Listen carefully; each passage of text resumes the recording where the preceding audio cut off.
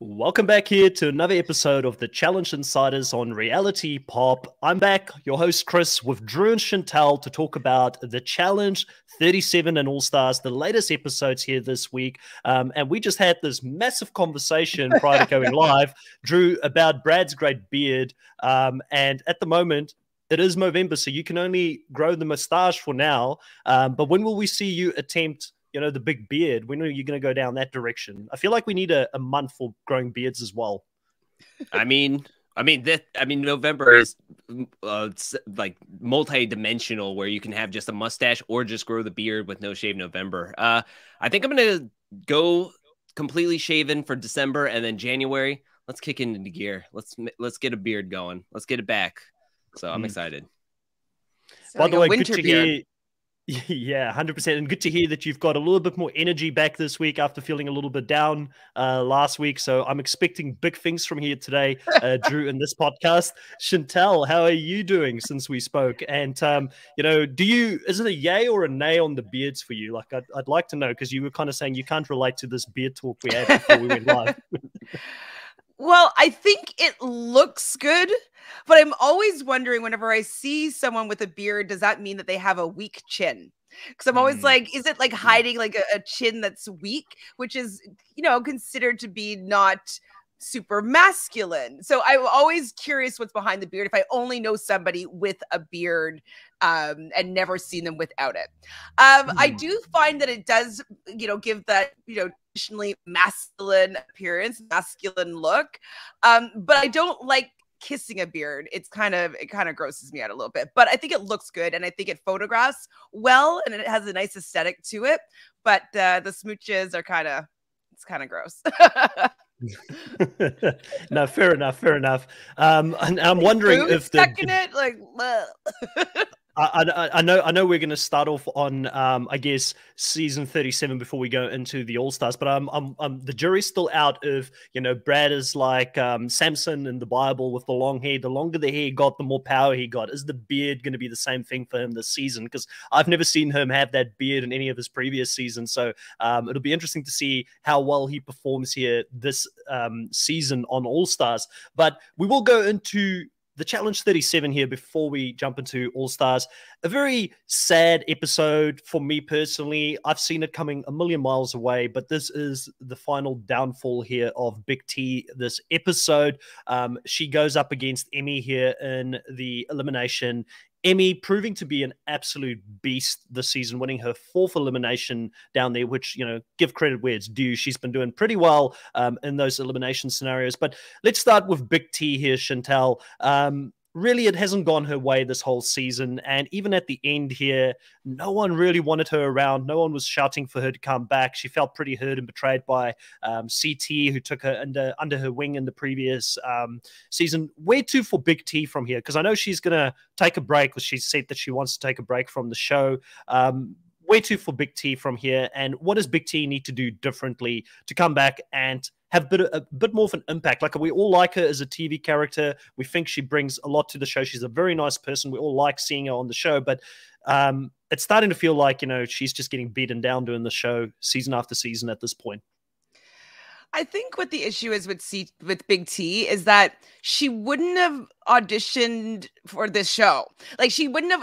I don't feel like it's a show that she would have wanted to be on or be a part of. And I'm sure she was approached. She was on Shipwrecked. It's a great opportunity. Go on kind of a vacation.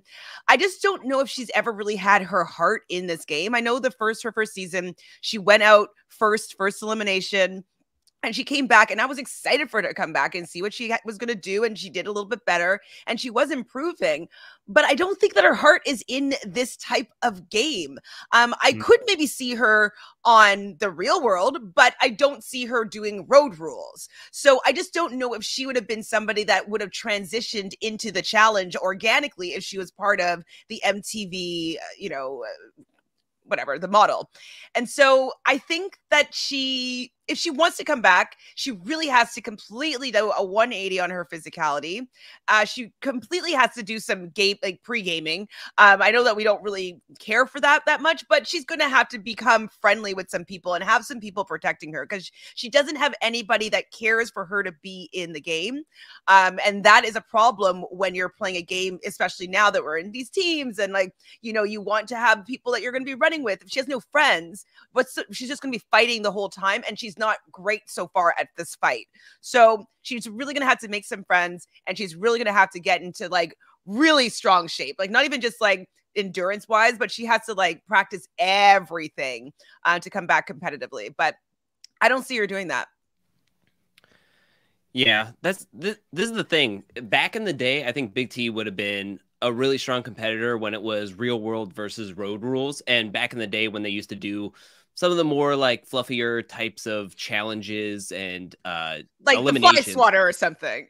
Yeah, exactly. Like those types of challenges. Whereas this time in this modern era of the challenge is like American Ninja Warrior. It is like high level, high intensity. You're going to be wrestling something. Something's going to be on fire. Like it helps those that are already strong athletically, like a Fessy, like a Casey or CT, who's getting back into shape. Whereas some of the players that come in for the more quote unquote entertainment or drama are kind of getting lost in the way, because it's like Amber M or a Big T kind of, or Michi also as well. I will say that Big T did take to Instagram saying that she is done with the challenge. Like done.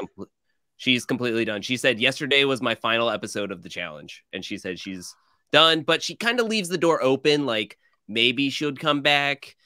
She's always going to keep on training, keep on getting better in case she does come back. But she pretty much said that she was accepted into her cooking program, and she's going to completely go fully into that.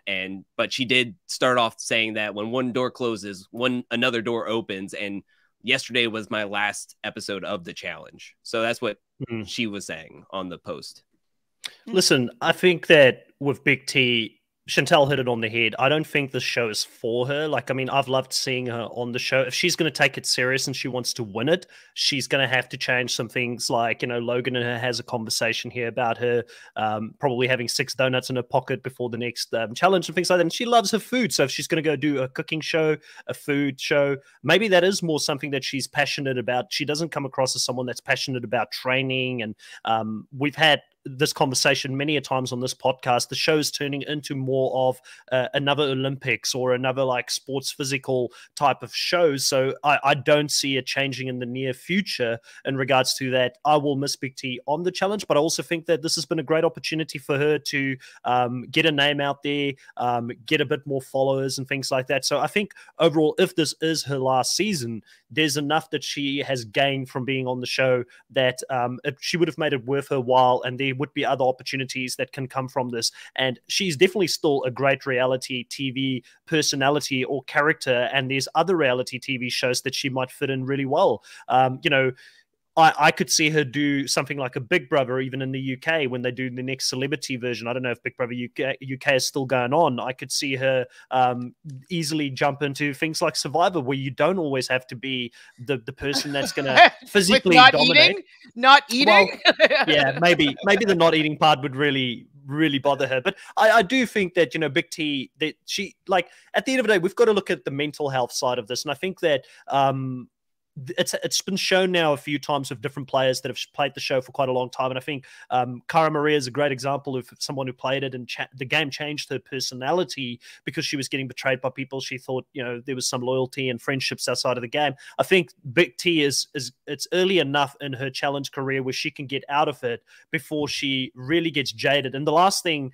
I want to see with Big T is she's always had this big smile on her face. She's always taken things on her stride when things happen. Even when she gets eliminated, she's got that smile. I don't want her to lose her light, if that makes sense. So if this is how she keeps her light and her sanity by stepping away and doing something else, I fully endorse it. I think that the show is a lot harder than we as fans can really appreciate, because we only see them for an hour, hour and a half on our screens every week, where they spend in that time so many hours with these people. They bond with them in after shows. They talk to them in between seasons, you know. And I think we even see it this episode with the friendship between Kyle and CT, which looks like it's going to continue to go down a downward slope, a downward trajectory. And I think I was probably one of the few people here last week that didn't feel like CT was playing it up.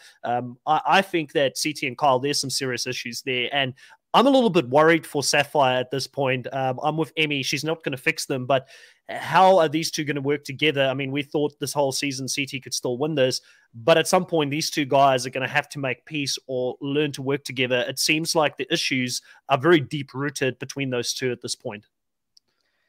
I don't really know what's going on with CT at this point.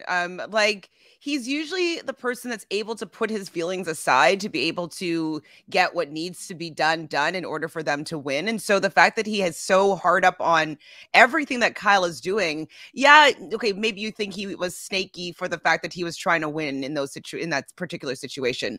Fine, maybe you don't fully trust him, but trust that if he's choosing to go to your team, he wants to win with you, and he thinks that that's the best route for him to do so. He doesn't think that he would be able to be competitive if he jumped onto Emerald and take whose spot would he take? Take Devon's spot? Devon is his friend. He'd be pissed off at that, but Devon's not that particularly strong. So be running it with him and Devon as opposed to with Emmanuel, it doesn't really make any sense. So the fact that he's so upset that Kyle moved to his team, I still haven't figured out why he's so angry. And then even within that challenge, they weren't going to win that daily. They had 3 people. The winning team had 5 people, and the close runner-up had 4 people. Regardless of whether we felt that Big T was pulling her weight, she was at some point when she went into the right vehicle. She was moving around these blocks of money, and like she was helping a little bit. If it wasn't just keeping the pace and like getting, taking some weight every once in a while by dumping some money in a bag. So the fact that he was blaming Kyle for losing this particular daily as well, I'm just like, there was no way you were going to win. So I don't know what CT's problem is. Is he feeling guilty that he's going to have to like maybe dump him and Emmy at some point, and he's going to go over to Sapphire? Like, is maybe he ruined his whole master plan? Like maybe he just wanted to find a way to not be running it with Emmy because like, oh, well, I'm going to have to go down now and then I'll go back to a team. I don't want to be by myself. Like, I don't know. There must be some more going on that has nothing to do with Kyle, because I don't feel like CT's acting rationally at all. That's a massive call by you there, saying that CT might leave that team. And I've not even thought about this. After Emmy has gone back to Uncle CT this whole season, he's really turned his back on Big T after last season. And potentially he could be turning his back here. And again, I mean, he did it in that season to Big T as well. But I think this betrayal will be a worse betrayal than even last year, because Emmy has worked her butt off to get to where she is currently, winning 4 of these eliminations, following CT everywhere.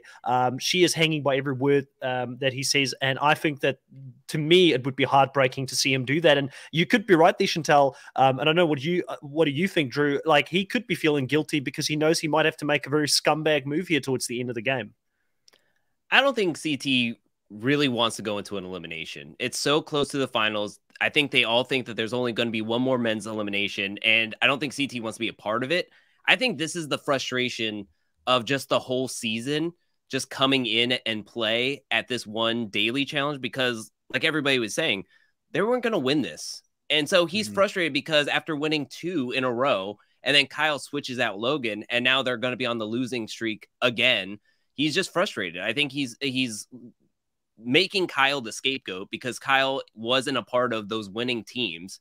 So with Kyle coming over and then them losing, even though it was going to be a lose situation no matter what, he's like frustrated because I'm having to do this thing. I'm having to lug all this money. I have to put all my like play and heart into this, even though I know we're not going to win. Like, this is just frustrating. It's frustrating to me. And then he's thinking this is a women's elimination. Like, I could lose Emmy. Like, this could be, I put so much hard work and preparation into her to get her to this point and to set myself up and my team up. And it could be all gone like that. I'm going to be on a team with Kyle. And then what's going to say that Kyle's not going to be thrown into another elimination on the guys' day? And then it's just going to be CT. Well, him by himself might not be a bad move to run the final. That's not bad. Yeah, that's very Like, efficient. Unless he has to move like 50 tires in the finals. Exactly. Next to like he would have to be very efficient. But I just think it's just frustrations over 3 months of playing this game and going into like a second quarantine, and he sees that the end is near, and then you could lose so much of what you've tried to prepare for yourself in an instant. And I think episode. The format really sucks. Like, I did like, the shakeup of putting them into these cells, but we've said it already, and I've said it many times. Like, they really should have been keeping teams of 6 as long as they could and just dissolving one team, and then they would have had 2 teams that were a little bit more equally stacked. I think that's the way to play it, because it's not entertaining, in my opinion, to see Emerald win over and over again when numbers is the majority of what is factoring into their wins. It has nothing to do with them being great. It has nothing to do with them being smart or being more strategic. It has to do with the fact that nobody has infiltrated them because they keep on winning. Like, it's just the format sucks.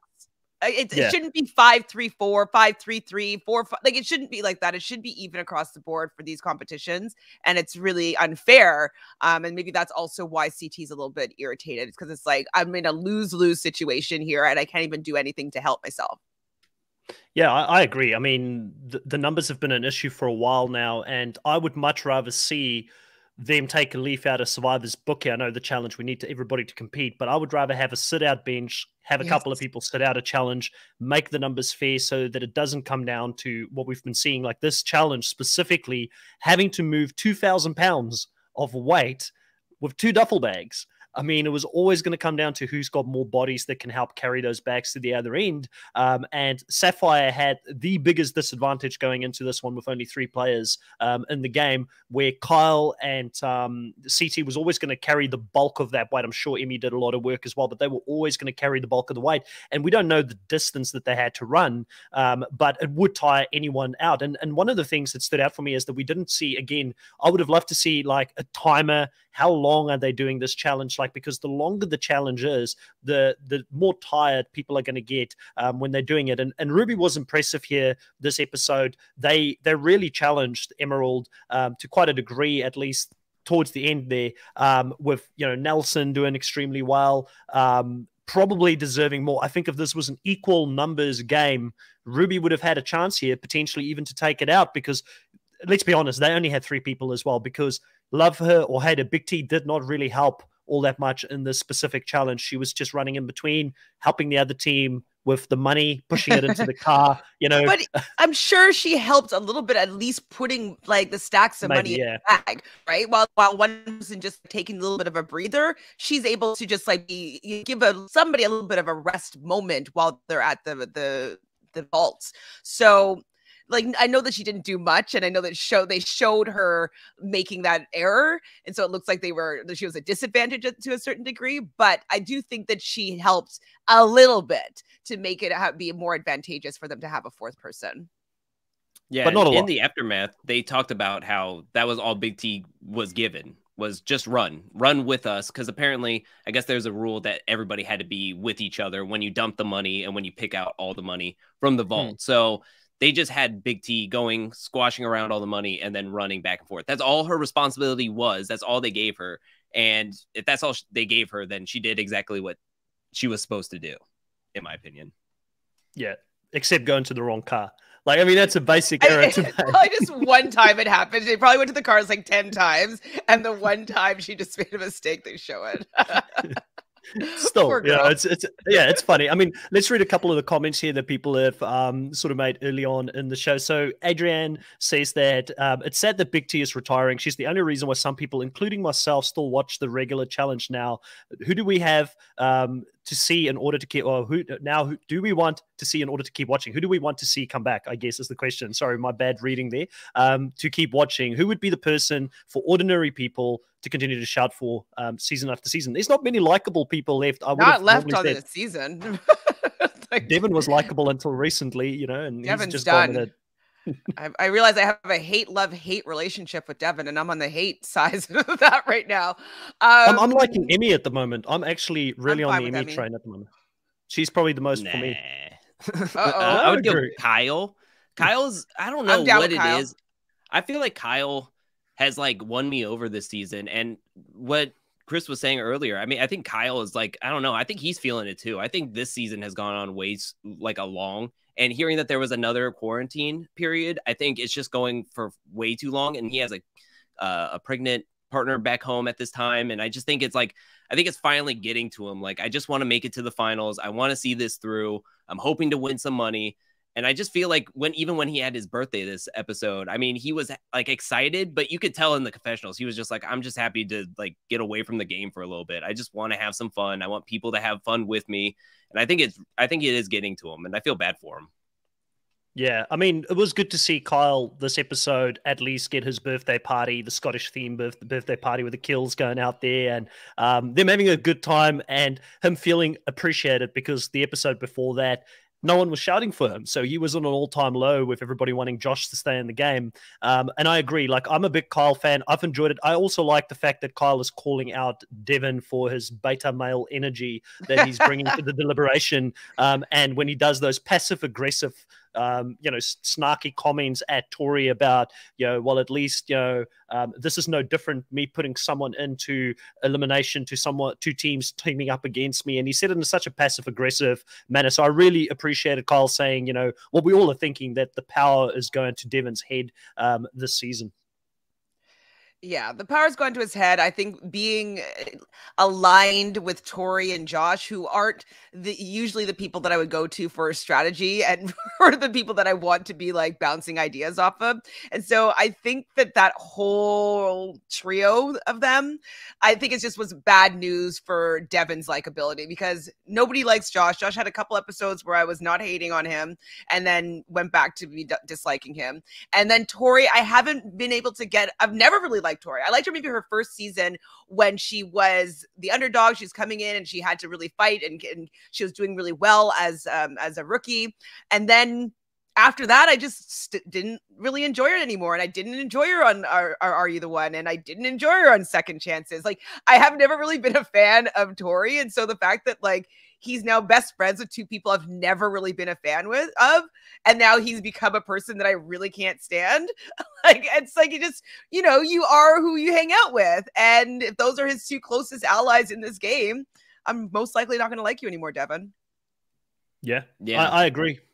100%. Yeah. And I was going to add to that as well. Like, Devin is making Tori look likable at the moment, because Tori is the person that's in the right here throughout this whole thing, just saying, hey, just bloody apologize for being an absolute D word the previous episode or the previous round. And he's just too, in his own head about, justifying why he did what he did and why he said what he did. And he can't just accept that, no, what he did was wrong. Like, I mean, the only person's, game that was really at jeopardy here is Tori's. And Tori can play the game for herself. It wasn't his game so much. He was never in danger. Kyle was never going to send him down in any case to go and face him. So I really struggle with Devin at this point. Like, I mean, I think like we may cool down on Devin next season if he comes back with a different attitude. I don't think Devin is a bad guy. I just think that this specific season, you have to go watch his season of Are You the One? I just saw it. It was on MTV at like a rerun, and I forgot. It was like 7 years ago or so, and he's actually despicable on his season. So he's dating a girl, Kiki, on his season, and he's being like the perfect boyfriend to her, into her face, but in the confessionals being like, I don't care about her. I just want to sleep with her. I know she's gonna sleep with me, and like everything that it was just like so like icky. How he was like just so excited to be like a master manipulator of this girl's emotions, and like she's totally living him up, and like he's totally slagging her in confessionals. It's very distasteful. So I forgot that I came into the challenge. This is where the hate started, with the hate on for him, and then I started to love him, and now, as I said before, back to hate. Drew, Nelson is looking really likable at this point. Like, I mean, I'm actually really liking Nelson at this point. Like, I'm on the Nelson train with you at the moment. Him even when he jumps into the conversation deliberation for absolutely no reason. It's like, can you take a seat, please, Nelson?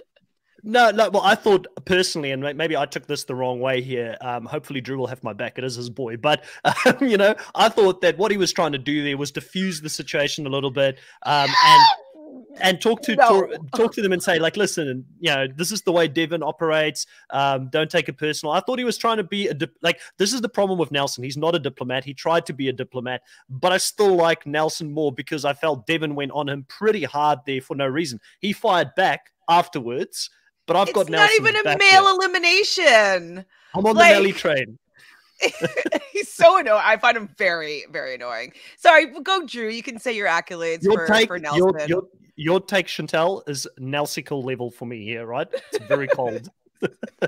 Nelsicle. Like he's trying to make new words. It's like I can't with this guy. It's all about branding. It's all about branding with Nelson. And I did actually like him to step up in the deliberation. I think just like I said about CT just being over it and things in the season getting to people, I think it's finally gotten to Nelson too. Like you know what? This was one of his more calm blow-ups at somebody. Like he was really trying to like keep it on the down low. He's like, hey, I'll give him a compliment, compliment. And I mean, Devin kind of was like, oh, you're gonna call me out. And I love Nelson going, yeah, I'm gonna call you out, and I'm gonna if you don't want me to call you out, I'll call you out even harder. Like I could go more, and I just like that because I think Nelson just got to the point where he's like, you know what, I'm done playing nice. We have one more guy's elimination probably. Go ahead and send me down because there's nothing that's gonna stop me. Like you can send me down next episode and I'll just pick whoever and I'll rip their head apart because I just want to get to the elimination. I just want to get to that final. So to me, I liked Nelson finally like stepping up because he's been pretty much alone this whole game. Like, yeah, he's had friends with Devin and Tori probably, and he's had friends with Amanda. But I just think that Nelson finally was just like, I'm done playing nice. You threw my friend to the wolves, and I've been playing by everybody's rules. I've been on Ruby losing every single episode. I'm done with it. I have a great elimination record. If you guys want to take a shot at me now, go. Whatever. Go ahead. Do it. Yeah, I like that as well. Please take a shot at Nelson and please let him go home. Like I'm sorry. I want him to go home just because I want to be like I told you so to Drew, for the one part. But no, get off the Nelly train. No, I hate it. No scoop Nelly, no Nelly Sickles, no no. I'm not sold. Zicha here is reading me the fourth saying Christopher Holder bad opinions here today. LOL. Listen. Even a broken clock is right twice a day, guys. I'm going to get it right at one stage. No, listen, at the end of the day, I think this show would be pretty boring if we all agreed on everything all the time. And I'm more than happy to put my flag down there with Drew. I've lost the other half of the bromance. He's gone home. He was my number one pick for the season. So without Corey there, hey, I'm going to join you, Drew. Let's go Nelly T. Nelly, take it all the way. Let's see you, Tori and Logan, which is a pretty strong team at this stage.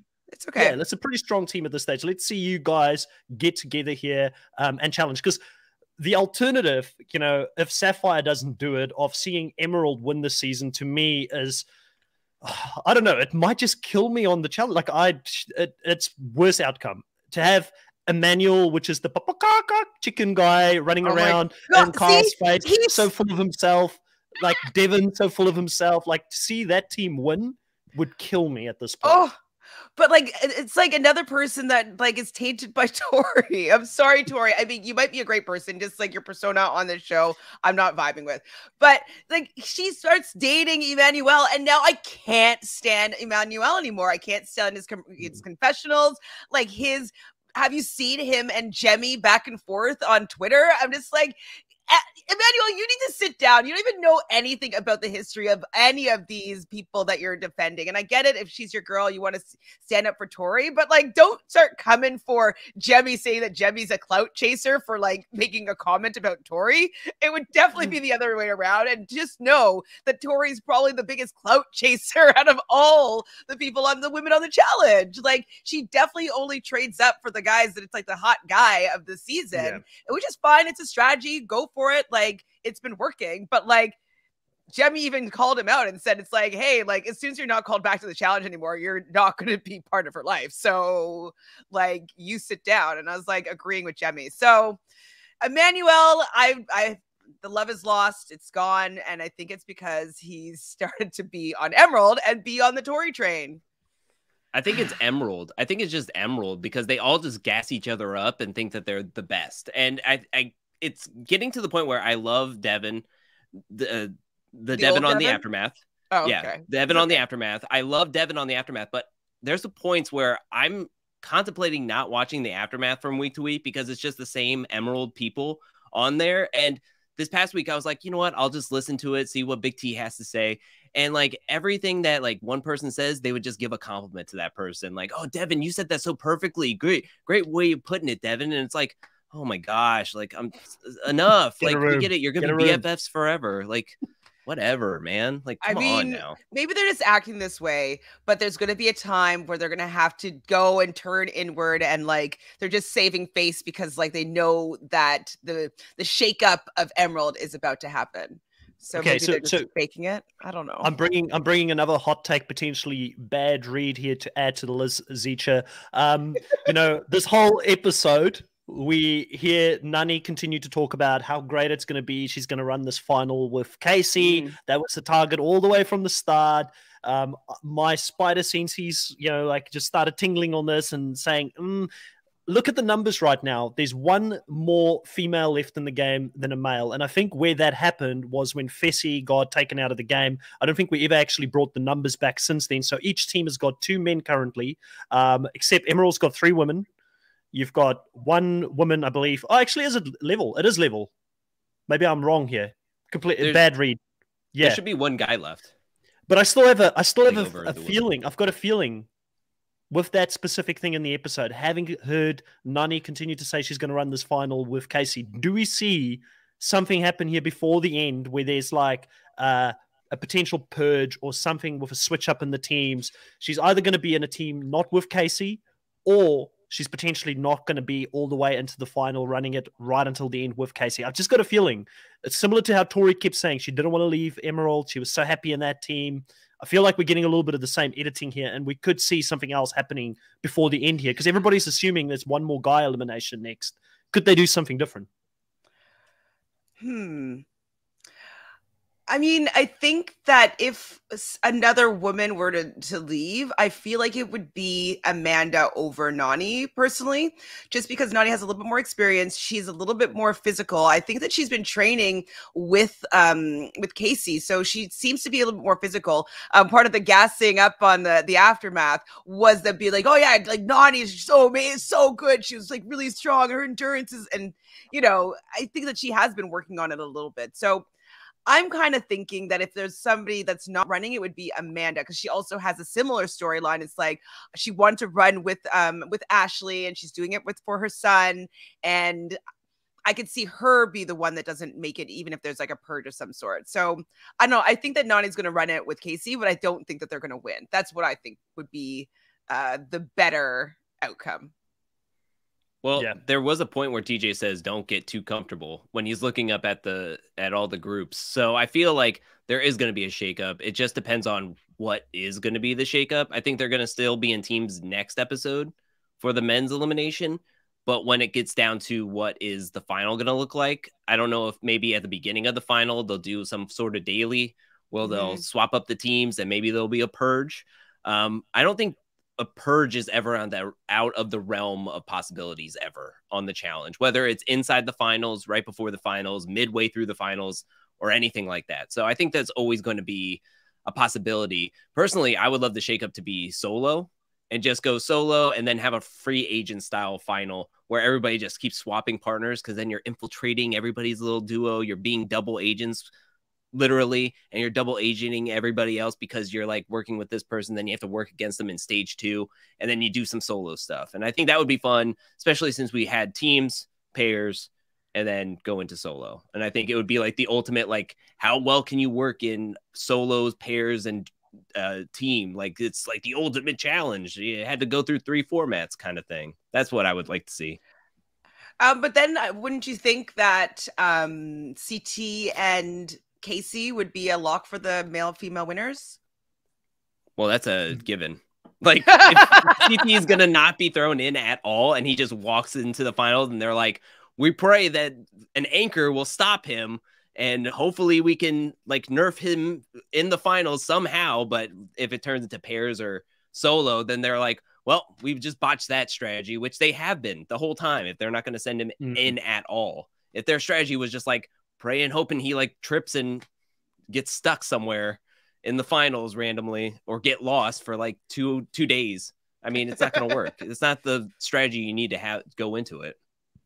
So Adrienne here has given us who's left in the game. We've got CT, Logan, Emmanuel, Nelson, Devin, and Kyle. So 6 men left. And then for the women, Emmy, Amanda, Tori, Nani, and Casey. So 5 women left. So most likely the next elimination will be a guys elimination. And Sam here asks, if we do see finally Emmanuel going down there in an elimination round, potentially against Logan, who do we think will lose and win here? Take our feelings out of it, because I know if we just had to go by our feelings alone, we definitely say Emmanuel's gone. Well, I think Emmanuel is actually very capable of doing a lot of these the elimination challenges, but I do think Logan has experience, and that is something that you could be like whatever, but you still have never been down there, and Kyle has been down there, and he knows to pick and choose his battles, and if he wants to win, he chooses the one where he most likely would be able to win. So I can see Emmanuel, maybe he chokes going down there against Logan, because Logan will know what it feels like to have all that pressure. Like, he went down there, twice and came back. And so having that success record and knowing what it feels like to have that amount of stress and like have to do 2 different types of eliminations. One was all that upper body strength and memorizing that puzzle. And the other one was outsmarting, getting Corey off of that ball with the rope. 2 very different types of challenges that he had to have a different mindset for. So I think that he gained a lot of knowledge with those 2 wins that Emmanuel doesn't have. And so yes, he might be talented and very capable, but I think that having that going down in the arena, it's like an Olympian, right? They know what it's like to perform at a maximum, that level of concentration and focus. Emmanuel doesn't necessarily have that right now. So I'm going to put my money on Logan just for experience. Yeah, I would say the same thing. Experience. Both are coming from the Survivor realm, and both can pretty much adapt, I would think, under pressure. They know how to do a lot of these weird challenges and eliminations thanks to Survivor. But if you're going with who's untested, I mean, Emmanuel is completely untested. He's always been a part of either a team or a pair, and we haven't seen what he can do just by himself. Like, will he be able to take direction from on top of the bleachers, or will he be able to like really focus in? We've seen 2 different elimination styles with Logan, and he seems like he's at a peak right now. He hasn't had his like hamstring or whatever injury like affect him. I don't even know if it was real or not, but I mean, he seems to be like running on all cylinders. So I think I definitely think that I would pick Logan in that sense, but I could, it depends on the elimination. You could see Emmanuel winning a lot of different strategies too. So, I mean, we'll just have to wait and see.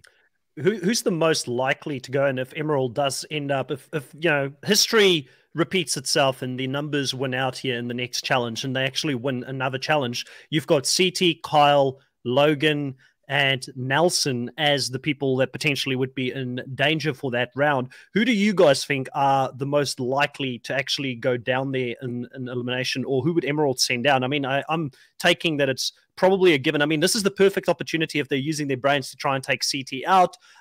If the teams are going to remain, I mean, it's basically a freebie if they're thinking that they're running the final after this round, right? So what does CT really have to come back with after this if the next round's the final? They might have a free shot at him here.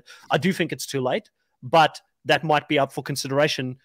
I think probably the most likely thing here is that they throw the new guy back in, Logan, because they've done it so many times. That's the safe option. And then the question is, who does Logan want to take down there with him? If he takes Kyle down and he wins, can he replace Kyle's spot after that, or does he'll have to take Nelson down there to be able to jump in a team with CT, right? So it becomes pretty technical with the way that the format works in the show at the moment. Wait, so you're saying that why wouldn't he just take Kyle's spot and run it with CT? If he eliminates Kyle, he has to take Kyle. CT's. He has to take CT's spot in that team. Yeah. Sorry. The only way he can join CT and Emmy is by taking Nelson into the to the arena with him. I mean, basically. I think that they're going to throw in Nelson for whatever reason, just because of like that little tiff that happened with Devin. Nelson is a stronger competitor for the fact that he has more experience, and I would probably want to run a final with as many rookies as possible in the end, because like I would have a better chance of beating them when we get to the final. So I'm thinking that they might throw down Nelson, and Nelson might call in Kyle. If Kyle goes down, I can see him actually maybe calling in Emmanuel for if it's like, if I don't know if Ruby wins or whatnot. And so calling in Emmanuel, just because there's too many of those, like calling him a chicken, and I can just be like, I'm no chicken, call it down Emmanuel, and then take him out. Like, I feel like that would be some just desserts with like having so many confessionals of Emmanuel making fun of Kyle's decision. And what was the other option? And I don't think they're going to throw down CT. No, I don't think so. If those two teams lose, if Ruby and Sapphire lose, if you want to keep the other man in your team, you can't really throw him in there, right? So because you're going to potentially eliminate someone, and then you're the only man in that team left. So depending on how they want to play the game and who and what team they want to be in, it's going to be very interesting. You know, if somebody wants to join Sapphire, if they want to join CT, even Nelson, who originally got taken from Sapphire, could still be saying, listen, I want to take my chances with being back in that team with CT. He could also throw Logan in there. I wouldn't put it past them to have a Logan Nelson showdown next week, depending on where things go. I'm hoping that we finally see Emerald not win one of these challenges, but I think, you know, if we look at the track record for the season and how the format has worked, it heavily favors Emerald to win another one. But let's hope, let's put it out there in the universe that we get a win that's not Emerald, and we see Emmanuel finally going down there, or Devin finally losing control of this game. I feel like Devin probably is safe, just the way he's worked the numbers this season. But I'd much rather see Emerald lose here again in this round. So it's going to be interesting to see how things play out, Drew. Yeah, I think in this hypothetical, if Emerald were to win, I think they would definitely send in Logan, or Logan would volunteer. I think Logan would want to go in, and they've set up that Logan doesn't care for Corey or Nelson. That's and true. so he would pick Nelson to go down, try to win, and then take Kyle's spot. And then Kyle's left with him and Tori on Ruby, and then you got a 3-person team on Sapphire. But it seems like, okay, they kind of set that up, but I think they also set up, I think twice in a row, they set up Emmanuel talking about going into the elimination, or that his time is coming. So if I know my challenge foreshadowing crystal ball, I feel like that means that possibly Emmanuel is going to be going down next episode. And it just depends on if he is the house vote or if he's going to be picked. And if it is Sapphire who wins, because I just don't know if Ruby can win, then I think that they would stick with the Seafoam, whatever, Aquamarine, whatever the stupid color coordinated alliance name is. They would keep to that and vote in, I guess, somebody from Ruby, which I think would be Logan, who would still want to volunteer. I think Logan doesn't want to run on Ruby. He wants to get his spot back on Sapphire. Like he talked about it when Kyle stole his spot. He was like, you are in the cave of the wolf, and the wolf is going to come at you or whatever. So I think it's setting up something to that effect. If that's all going to happen. Now, if Ruby wins, let's go. Let's do this thing. The last daily challenge of the season. Let's get it. Let's go. Break that Nelly T losing streak. Let's do this.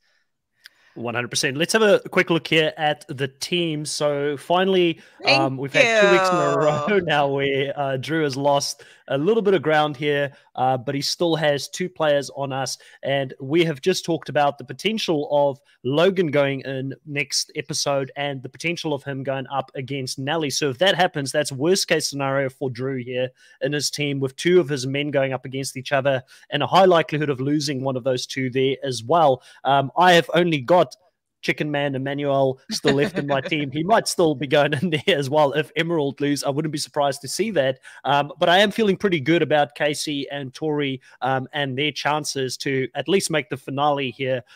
So not too bad in regards to that. And then Chantel is still left there with CT and Kyle, who are struggling to work together, and Nani as well there. CT still being that number 1 ticket probably for you, Chantel, and your team there if you want to get a win here this season. And that's why I picked him first, because like you can always count on CT to doing well. If he, the one time that he didn't do well in the recent years was because he misunderestimated his opponent, and he's never going to let that happen again. So I just expected CT to get far into the game, especially with the people that were playing, because it was half and half rookies with vets. It's very easy to get these scared vets to work together and take out all the rookies, and then leave them no opportunity to be able to try and take out CT. So I feel like he allowed himself to be in a really great position to at least get to the final. And depending on the format, and if MTV's playing favorites, I can see them making it a good final setup for CT to do well and win. So I don't think that we're running in teams. I'm liking your thoughts here, Drew, because I think that MTV wants CT to win. Yeah, they want that person there now that Johnny Bananas is not coming back to play quite consistently. That's seen as the GOAT, that's seen as the person who's carrying the torch here, winning a lot of shows and things like that. So I think they probably are going to favor that. Also wanted to just have a look at the comments here. Loved by you saying, not Chris, I'm praying for Emerald's downfall. We all screaming. I think a lot of us are not too happy about that. But Adrian saying, I'm praying for an Amanda final so bad. So big Amanda fan here. And we haven't spoken a lot about Amanda this episode, but she did really put her ass in gear and really did pretty well this episode. Casey saying this is the most positive she's seen Amanda the whole season. And obviously her butt was on the line as potentially going in on a female's elimination day. And she wants to prove that she can work really well with the team as well. And then Love by You here saying that Nani has been furniture this season. She hasn't done much. And I think, we talk about Devin Chantal going down in likability because of the people he's working with. Nani probably became more and more boring because of the person she's dating. So again, it just holds true because, yes, I had Casey as my number one female pick for the season, but that was purely based on athleticism. It had nothing to do about, entertainment value coming into this season here. Absolutely. I mean, I still am always going to have like a soft spot for Nani. Like I like seeing her whole journey. She's had the many faces and colors of Nani. But definitely her relationship that she has with Casey has really toned down the crazy Nani that we're always like, oh, what's Nani going to do? Where are that cup of noodle soup that she's going to throw at somebody? Like I am missing that Nani fire. And it's definitely because she's in a relationship with somebody, and she's not going to go get all crazy when she has somebody to cuddle up to. So it's sad, but I do hope that they do get the chance to run this final together, so we don't have to hear about them wanting to run this final together anymore. Oh, it's always going to happen. Like that's going to happen every season that they're going to be on the season with each other. Nani, it's so easy to just sit back and kick up your feet when you're in the power position or don't have to worry about anything throughout the whole season. Like when you're always at the top, it's just boring because you just put it on autopilot at this point, and that's all she's had to do. This is basically a vacation for Nani with some daily challenges that she has to do. Like she's never had to sweat. She never had to like worry about possibly going into an elimination or being called out. Like it is what it is. That's the game. And she's didn't have to do anything interesting. Dolores here says it'll be interesting to see if next week Emmanuel volunteers to be thrown in. And I think it would be more interesting if they do lose and he doesn't volunteer to go in. Is he the chicken not going in there and just taking it on? Because, by that logic, he would be a chicken not going down there and proving to all of us why he is so great and would be winning in this scenario. Guys, I think that's pretty much it for the Challenge 37. Is there anything that you guys feel like we missed? I know there was this whole argument between Emmy and Emmanuel, which was a little bit of a nothing burger because, I mean, how many choices were there really for people to go down there? There were 3 people. So, I'm not a big Emmanuel fan, but I don't think Emmanuel was ever going to change the minds of the rest of his team in regards to who was going to go down there. And Emmy expected that if she does put Emmanuel on a pedestal in regards to his social capabilities and things like that. And she felt like if Emmanuel stepped in and said, don't touch Emmy or don't put Big T down there, do something different, people would have listened to him, which I think is a little bit unfair on him.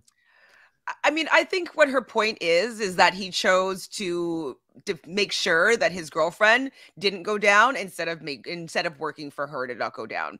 I think that she's just realizing that she has less of any sort of pull on what he does and like how he fights for her or doesn't fight for her in the game. And I think she's just recognizing that and is frustrated. I do think that if he was like, no, let's like save Emmy, like it's good. Maybe she's not as good. Like maybe we should get back at Tori. Like I'm sure that he could have said something if he wanted to convince them to save Emmy. Who knows if it would work or not, but I think it shows to her though that he didn't try. And that's what I think she was just coming to terms with. Yeah. Wow, that's a hot take there. Paying Nani $60K a season just to sit there. I mean, I'd come back for $60K every season if that's what they're getting paid. It's not a bad deal. Maybe that's why so many people, Chantal, aren't really playing to win. When they come and do the show, it's some people have just got. Yeah, exactly. Well, also it's the type of competitor that you bring on. Like if you have all these competitors that barely make finals when they have been on the challenge and their challenge seasons, and they always get like eliminated early or midway through, they just play to make it to the finals. And that's all they do. They just play to make it to the finals. They don't care how they get there. They don't care who it's against. They just want to know that they made it to a finals. And that's what happens when you have the Devons who only made it one time to a final, Amanda who hasn't made it to a final, Tori twice, but hasn't really done much. Yeah, just like that. Nelson's been to like, I think one. But it's just like, if you have these competitors that have made it consistently to finals, that have tasted victory that was so close to them, and they were like so close to getting it to first place, that's where you would see the players like trying to make big moves. That's why CT in War of the Worlds 2 threw in Ashley versus Nani instead of throwing in Tori on his own team going against the Caracal, because he's like, this is my game now. Like I got to do what I got to do. Whereas all these players, that's why Devon's like taking passive aggressive shots. Like I got to do whatever I can, manipulate as much as I can to make it to at least a finals and do the best I can. Like that's just how it is. No, 100%. All right, well, we're moving on to All-Stars 2 here. Happier Days, episode 3. Still early days. Everybody, well, I would have said everybody's still loving each other, but there is a lot of animosity here early on in the season already, because Tina has brought all of her baggage, and I'm not just talking about her luggage, for her clothes and all the tricks that she's got in regards to giving people fake board shorts to go and jump into the water and tricking them. She brought a lot of baggage with her that includes Jody, and she's had this chip on her shoulder, and we see a lot of this play out here throughout this episode with Tina very much targeting Jody here early on, and I've got a feeling this is going to come back to bite Tina in the butt here really, really badly, because if you're picking a fight with one of the strongest people in the game, do you throw them in against the person that she threw her in against this episode? I felt like she got a little bit trigger happy here. Did it make great TV? 100%. Is it a smart move? I don't think so. What do you think, Chantal, about the baggage that she's brought into this season? And, obviously I don't remember much of these earlier seasons. I did see the season that she referenced, where she played with Jody, the good guys versus the bad guys, is one of the seasons I actually watched. But I never really, even back then, understood why there was this animosity between them. Well, I think that Tina can do no wrong. And the reason is why is because she knows what she's there for. She is brought onto the season to bring that Tina fire, that Tina energy, to make big moves, to not be scared. Like, this is why she was hired. And I wouldn't be surprised if they're just like, hey, we're going to pay you a certain amount of money, create some drama, come on for a few episodes, maybe not have the win be what her ultimate objective is. It's like just to bring some fire into the show. But then we see that she's part of the cast for season 3. And so I'm wondering if that's because maybe she did bring some heat. She kind of, made a big splash on the episode, goes out a little bit early, but then she's like, whoa, wait, actually, I could come back and win this. And then maybe kind of focus again, maybe get into a little bit better shape and come back season 3 and win. It's kind of what Katie did. So Katie last season, she was just kind of in there just to be there. Like, everybody wants to see Katie back, seeing what she's going to do. But then this season, she's like, I'm going to train a little bit. I'm going to come back with like the intention of maybe winning this thing. So I think that that's kind of where Tina is sitting. she's there for good TV. She's going to make the good TV. She's going to, you know, give the network what they paid her to be there for. And then maybe next season, she'll come back with maybe more of an intention to win. So that's kind of what I think about Tina. I think that she will get taken out by Jody, though. I do think that it was a premature, if you're looking at it strategically, premature move. But she wants to make a splash. Well, 100%. If you think about the amount of thought that had to go into creating the dissolving threat prank on Ryan, I mean, she had to think about this way in advance. So I agree, she is quite calculated here coming into this season in regards to what she wants to get out of it. And I am living for her as a character on my TV, doing what she's doing, 10 out of 10 for that.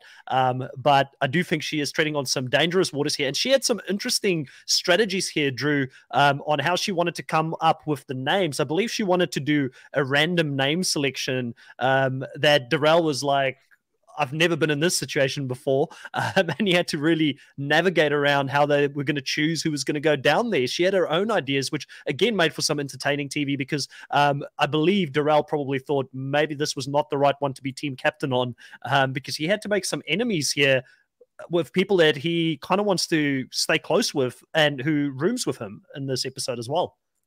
Yeah, this is definitely Hurricane Tina, and she was just coming out full-fledged.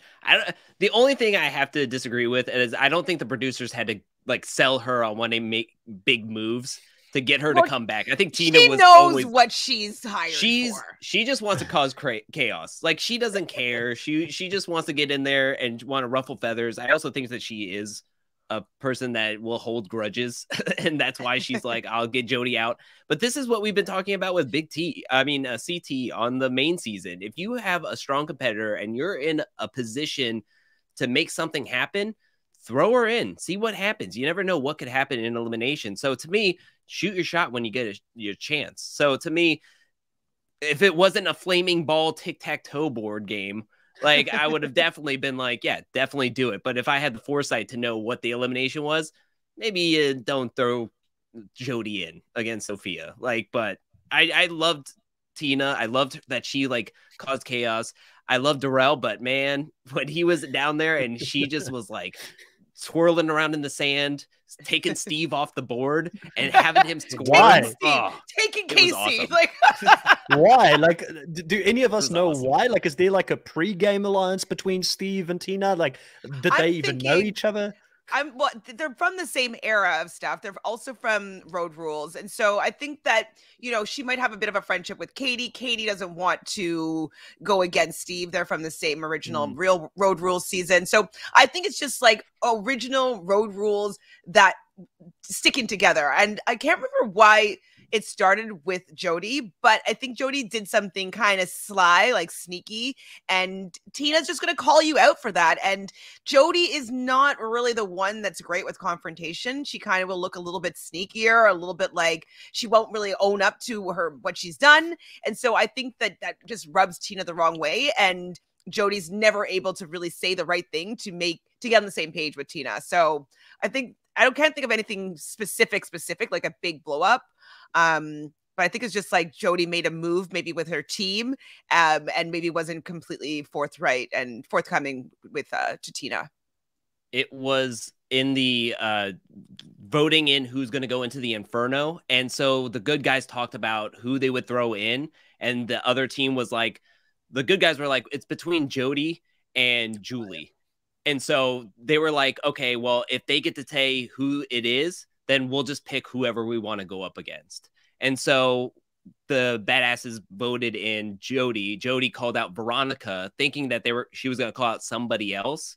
And then it leaked that, I just picked her on the spot instead of saying that we all came to the consensus prior to the meeting. So the badasses were like, that's totally unfair. That's cheating. Like, you're supposed to know who you're going to pick prior to coming into the meeting instead of picking it right off the spot.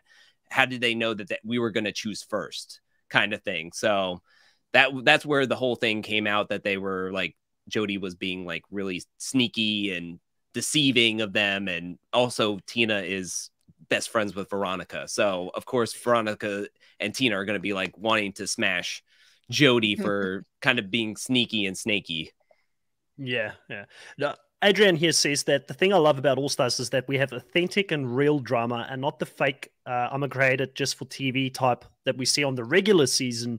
And let's move into the biggest drama, I guess, for this episode. Something I couldn't relate to at all. I mean, Chantel can't relate to the beard conversation myself and Drew had here in the beginning. I can't relate to braiding of hair and what went on specifically in that conversation. It seemed like it really blew up, but there was something here that was a trigger point for Sophia, something that happened when she was younger. Obviously, hair for women being a really, really big thing and looking their best. And Ayanna, in my mind, and I don't know if you guys feel the same here or not, but have gone from being this great person to be maybe the biggest character this season, could have been the next Gisela this season, to not that likable at all, because she makes a lot of this drama her drama when somebody else is going through a bit of an experience here. And she does a lot of things here this episode to Sophia because of this, which I felt was unjustified. How did you guys feel about this? And I guess, Chantel, we'll go over to you because I don't think myself or Drew can really relate or have too much of an opinion about this. But, you know, did you feel like this was a little bit blown out of proportion? And what did you think about the drama that happened here? Probably authentic, but very hard to relate to for two guys like myself and Drew, I think.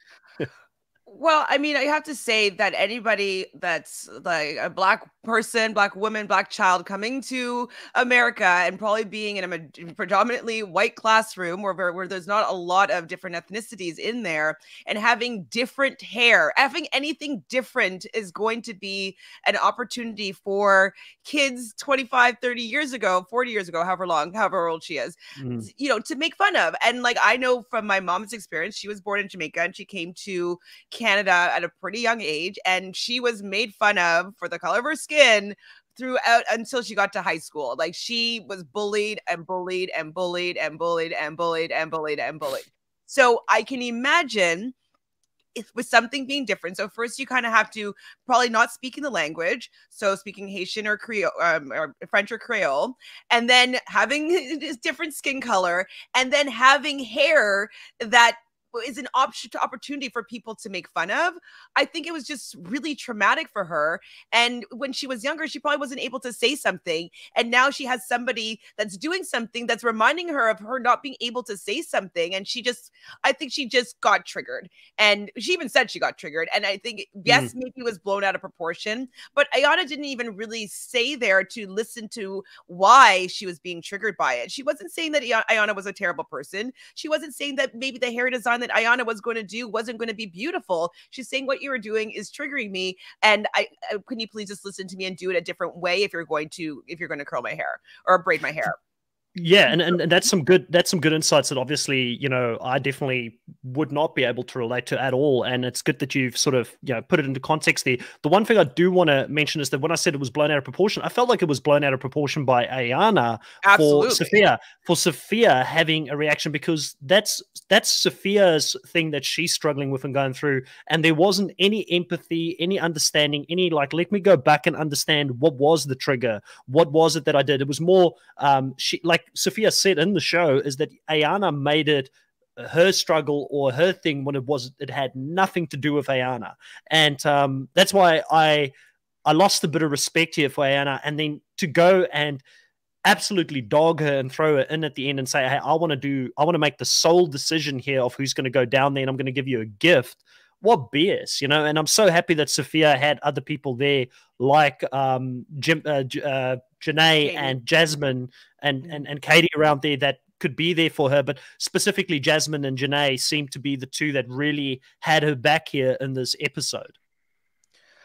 Absolutely. And I was like, Ayanna, like, how can you not really see that just something triggering with hair, like that triggered Sophia? Like, you must understand a little bit what she might have been going through. I believe she has 4 children. I'm sure her children have had experiences where people were maybe pointing and laughing at their hairstyle or their haircut, like, or whatever. And maybe she's saying to them, like, oh, be strong. Like, you know, don't worry about these bullies. Like, maybe she's empowering them that way. But there has to have been a time where she's witnessed, either from herself or her children or people in her life, where hair could be a trigger for them.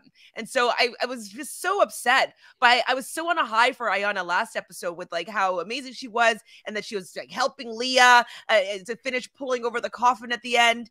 And then this week she had completely no compassion for somebody that's supposed to be her friend, her sister, somebody that they were excited to be playing this game with together. She really went down in my books with likability, and I don't know if she'll be able to redeem herself, because right now she's kind of like thumbs down on Ayanna.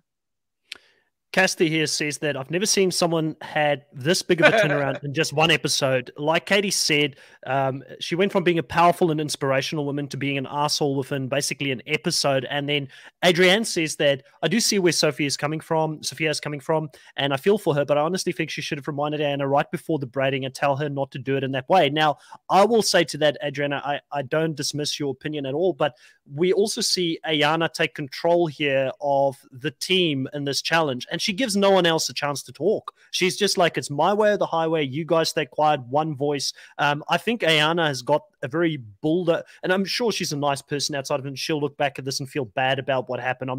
I'm just talking about what happened in the show here, and I want to be clear about that. I don't want people to go at her after the show, because I'm sure she is a nice person. But in the show, she came across as a bit of a bulldozer, and maybe Drew, that is why Sophia, she's not that outspoken a person. She seems like she's a bit more of an introvert.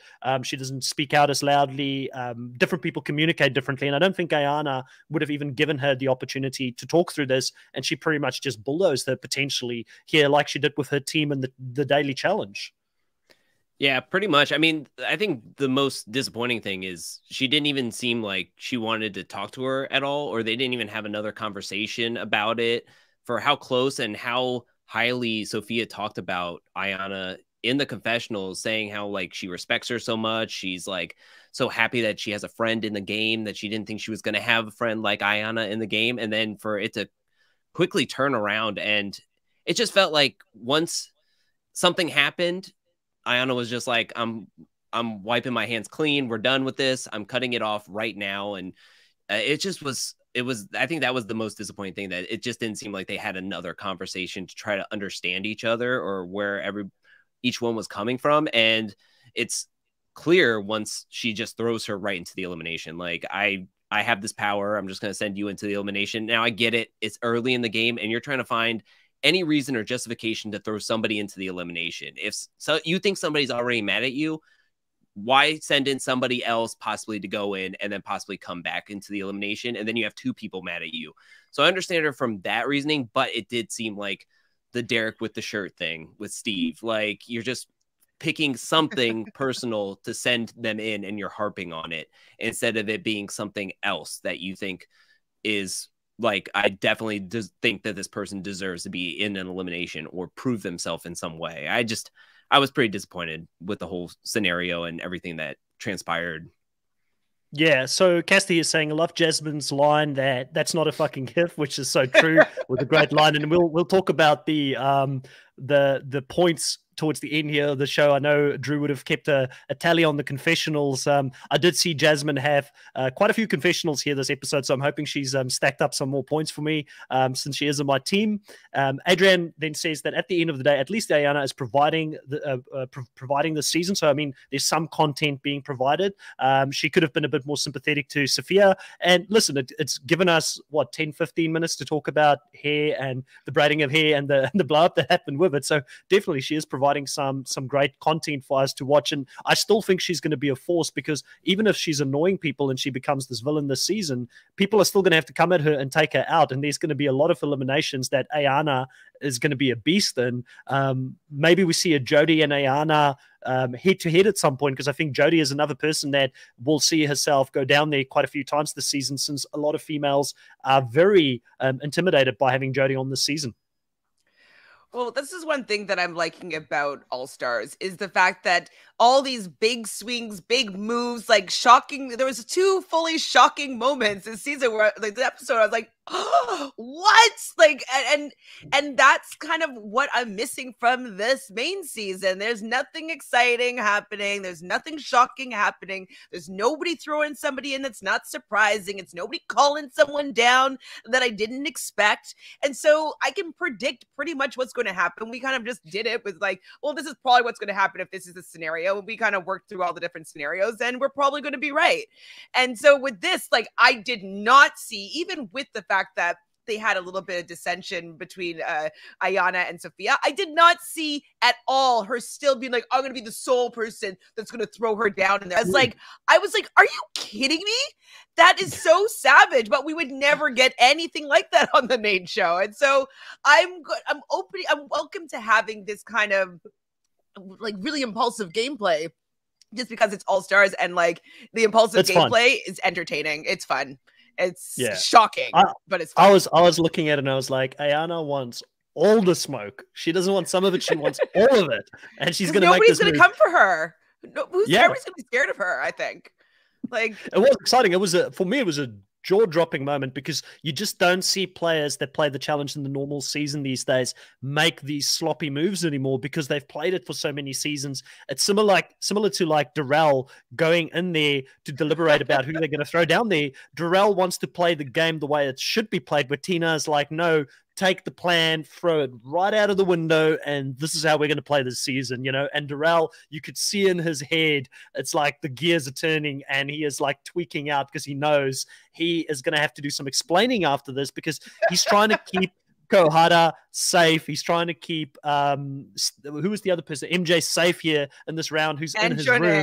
And Janae. And they all were, I believe, in the losing team here this episode, so he can't save everyone. And then you get the randomness of Nehemiah having a lifesaver coming in here. There was so much happening and saving Tech, you know, because he took Tech out in the previous season. So what is there not to love about this episode, Drew? There was such a crazy amount of random things being thrown at the wall and so much to enjoy. Yeah, and I just wanted to throw that out there that I love that both life shields were used on the first episode that you can do it. Like, I mean, I don't think the life shield was used in the first season of All Stars until way late in the season when I think Mark saved Katie the first time. But you can't hoard them, correct? Like you have to use it. No, you can't hoard them. You have to use it this time. Just use it then. Like you might as well fucking use it. Like you could make it work for you, in my opinion.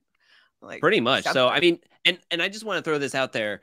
My team is trying to save each other, whereas some people's teams are trying to cannibalize each other, Jody and Tina. I'm just throwing that out there. I know it's not time to get to the teams yet, but I'm just throwing that out there that I mean, they're going to get points. They're going to get points while they do it. Cannibalize, and just rack me up those points, Tina. And even Jody, for just like the amount of time she's probably saying like, yep, Tina's probably coming for me. I'm sure I'm going to see my name on that board. So hopefully they get me points before they take each other out.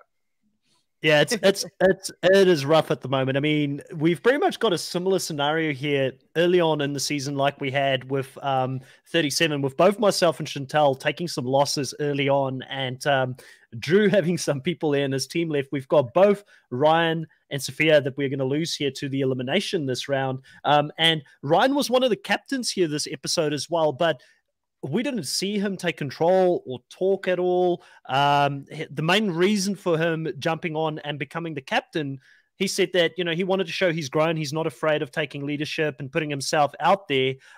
There's a lot of experienced campaigners in this game that were never going to put their hand up in that team.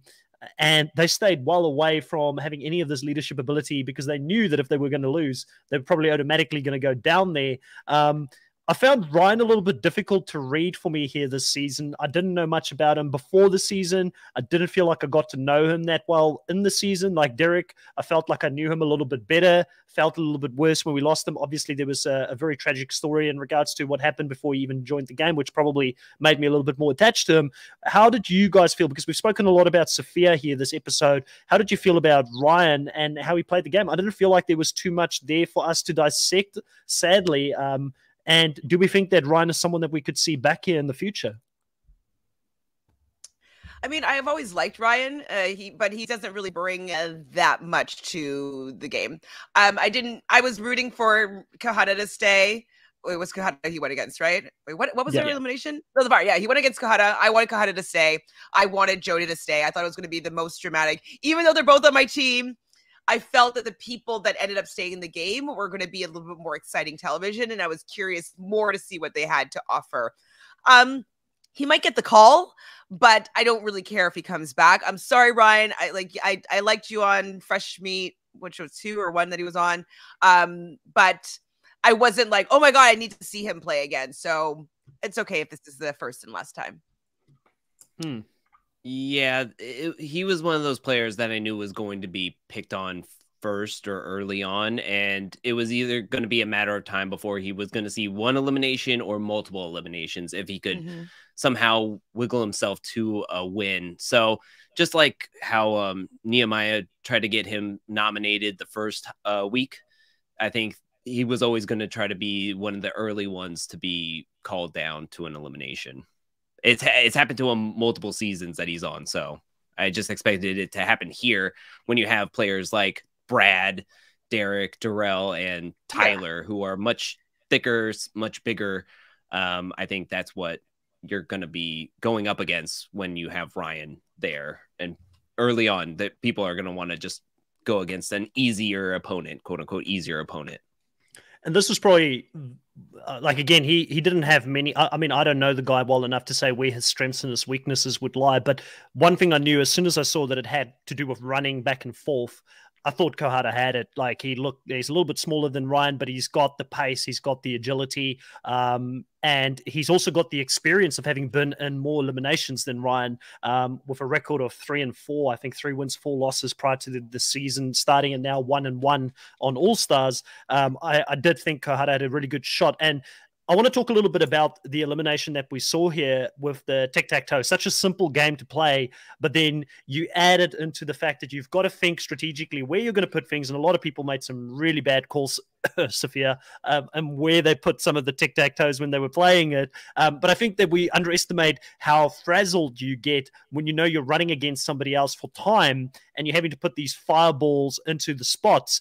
I personally liked it, and one of the things I really liked was the color. I don't know how they did it, but the different color flames that they had on the balls when they were putting it in. So it actually visually made it easy to follow who was doing what while they were putting it in there. So a simple game, but kids game really, but it was a lot of fun to watch here. I did enjoy the elimination. Yeah, when I saw that it was tic-tac-toe, I was like, I don't know. Just because it's on fire doesn't mean it's going to be good. But the fact that they made it interesting because they kept on screwing up, I was like, oh, okay. So it's a little bit more challenging than I was giving it credit for, because pretty much if you get the center spot, like it's a lot harder for you to win or to lose. Like if you get the center spot, you're most likely going to be winning. And so the fact that wasn't necessarily the case all the time was a little bit entertaining, that people were screwing up tic-tac-toe. Like, what? You didn't block it? So you're just letting her win. Okay. So I enjoyed it in the end. 92 chess championship. Was that Kohada that won that? Is that true? Or is it just him just putting it out there and the thing? Because I heard that and I made a note of it as well. What does he mean? 92 championship, of tic-tac-toe? Is there such a thing, or was it chess? I don't know. Like, it was real funny. Saying that was the last time he ever played it, and it was probably like in middle school. Yeah. Probably what he meant. Yeah, I didn't get it. I was like, what champion? Okay. I will say that this is one of my least favorite eliminations. I mean, I just felt like it was so like, I don't know. It was such a layup. It was just like, we'll just put up together an elimination. Again, adding fire to try to make it seem cool. We already have an elimination called Fireball already. Like, now we just have a different variance of a Fireball elimination that has nothing to do with the first Fireball that we got in previous challenges. I just thought it was like, okay, I believe Jody's going to win. I believe Kahada's going to win. And they did. And each round probably took 30 seconds. And I'm glad they put some catchy music to make it somewhat redeemable, but I don't know. I just felt like it was so boring. Taking the clip was only 6 minutes that they were like recutting from different angles and making them slow-mo. It took 6 minutes for both rounds, for both the men and the women together. So, I mean, when you're talking about an elimination that lasts very little to the runtime comparatively to everything else, I mean, it was not my cup of tea. It needed to have another element to it. Like maybe once like you get the tic-tac-toe, maybe you get a lock and a key for something else. Like I think it needed to have more to it than just that. I agree with you. But I was surprised that I was more entertained by it, because I was let down when I saw that it was just tic-tac-toe, but it was better than just tic-tac-toe, but not much. Sam has a question here, and it's probably more so for you, Chantal. What is the best Real World season if you wanted to get into Real World? I think the first Real World Las Vegas, the first one. And the second one is pretty awesome as well. That's where Nany was from. But I'd say the first one, I think I was like really engaged in that one. All the different relationships, like the drama that was happening there. You would know, what's her name? Well, Trishelle was on that season. Alton's on that season. What's the girl that gave the fuck yous? Arissa is on that season. Oh, yeah. I just think that it's a good one, and it was just so much drama. And I feel like from that season, a lot of people got pretty famous from it. Like after that, Trishelle is like posing for Playboy, and like, you know, it just like they got a lot of Leonardo DiCaprio. Exactly. And I think it was because it was such like, whoa, like it was pretty wild, crazy season. So I would say that one, if that's off the top of my head, that's the one I would go to. And question here is, do we think that there will be a hall brawl, since you're not that impressed yet by the eliminations here? I don't care for the hall brawl. Yeah, so I guess I want to change this. I know that the hall brawl isn't very popular amongst this panel. I like it. I just don't want to see it every season. I think it gets overplayed if we see it all the time. If not the hall brawl, like, do we think it's going to be there? Maybe. I think that MTV, The Challenge, loves the hall brawl, so I wouldn't be surprised to see it. But if not, Drew, you know, and I guess Chantal as well, you guys are a lot more across all the different types of eliminations that we can see. For me personally, one that I would love to see come back is some variation of them standing on those little stumps or those little podiums where they've got the rope and they do the tug of war. I really enjoy that one because there's a lot of endurance and skill required to get people off it. And I've just always, for me, it's always been a slam dunk when I see it personally. I do enjoy that. What would, I guess, both of you, and we'll start with you, Drew, what would you like to see as an elimination so we can continue to up the ante here for All-Stars 2, since it's an All-Stars season? One of my favorites is always Not So Fast. I always like that one. I think it's really entertaining, and I think the strategy differs. I think one we'll always see is because it's so like low budget is the pole wrestle, and I think we do. I thought that was going to be pole wrestle this episode. I was like, oh my god, I don't see anything down there. I'm like, ooh, is Jody going to get like demolished by Sophia? That's where I originally thought it was, and then it was like, oh, tic-tac-toe, very different. Sorry, yeah, just because it's so low budget and it's just a pole in the middle of a ring. I think that one's going to come back every single season on this OG. I think with how different in sizes there are, and I mean, there's different sizes in the actual main season too that we've seen in a hall brawl with like Brandon Nelson versus Zach in the Oppenheimer and Free Agents. I mean, I don't want to picture like Brad on one side and Kahuta on the other side. Like, I just don't want to see that happen, because it's not going to be really that fun to watch, even though CJ versus Zach was really exciting in Battle of the Seasons. But I just don't think we're going to ever see it in the OGs. As we do in the main season in Hall Brawl. I just don't think the Hall Brawl we'll see. But I think Not So Fast, I would like to see. I don't know. I can't remember what it is. What? Can you remind me? Which one's Not So Fast? Like, I don't remember what that elimination is. Oh, that's a Jungle Gym. The Jungle Gym with the rope I love attached those to you, ones. I love those ones. Those ones are great. Yeah. Like any Kendall, one I think, where won they against had... Trishelle. Yes. Yeah. Gotcha. I'm not okay. Not, but not. Got it. I remember now.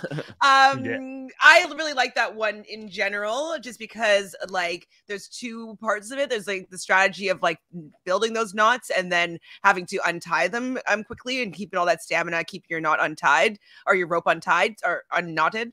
So I think that that's actually a really good one. I wouldn't mind seeing that one, and it can come back any season. I'm going to be okay with it. For Hall Brawl, usually it used to be a treat when you saw Hall Brawl. It would be like 3 seasons, 4 seasons. We haven't seen a Hall Brawl in a while. And it always lined up with like the 2 biggest guys and their rivals, and they're going to go down. We're like, oh my God, it's a Hall Brawl. Like, we used to be excited for it. And now it's kind of like, oh, like which person is Fessy going to go and crush their fingers on? Like, it just doesn't seem like it's been balanced in the way that it has in the past, and it doesn't have the same impact. So did they do it last season on All Stars? I don't remember right now. Maybe they're not going to do it. Maybe it's in their contract. Like, we're not going to do a Hall Brawl. I don't want to break any fingers. I don't want to be in that type of, I don't want to get sand in my eyes. So maybe they have it in their contract to not do a Hall Brawl, maybe. Maybe. Sam says that he'd like to see Brad versus Darrell in a Hall Brawl, and then Adrienne says that the Ruins face-off we've been waiting for, in my honest opinion, down there. So, Chantel, is there a challenge that you would like, or an elimination that you would like to see? Another one I didn't mention here is the one where you swing back and forth between 2 podiums, and you got to like push flags into certain spots, or there's that one where you always like on a rope and you got to like put stuff in as you're swinging. It's always quite interesting to see as well how people do that as well. And I remember seeing Corey one season do that and barely win because he was so bad at just swinging back and forth. I can't remember who he was going against. He was going against Swaggy C, wasn't it? It was Swaggy C. Yeah, and it was like he should be killing him in this one, and he was just so bad at it. So it just shows you, even if you're a super athletic guy, if you just don't have the technique down, you might not get it. The one that just popped into my head, and I don't know how much I love it as a challenge, but I loved it when I saw it, was when they had to go with the wheelbarrows and they had to crush some of the breakaway wood or whatever it was and put it through the grates, and then they had to fill up that glass container. I thought that was really exciting because like they're running back and forth and they're getting exhausted. And I know it was particular because it was like Jenna versus Tori. And so like that was like, we're seeing like, oh, Jenna's going to turn it on. Like they thought that she was going to be a layup, and like it was a very exciting elimination. So I don't know if it will translate with another 2 set of people on this season, but I liked the drama of that one because it was so close and they were just getting so exhausted, so tired, and I enjoyed watching it. So we'll say that one. Yeah. So going back to the daily challenge here, we have a daily challenge where they have got to run and collect puzzle pieces and then do, I think, the top or the bottom. I can't remember what order it was in. And then they also have to go into the water to go and do the second part of it. How did you guys feel about this daily challenge and how it played out?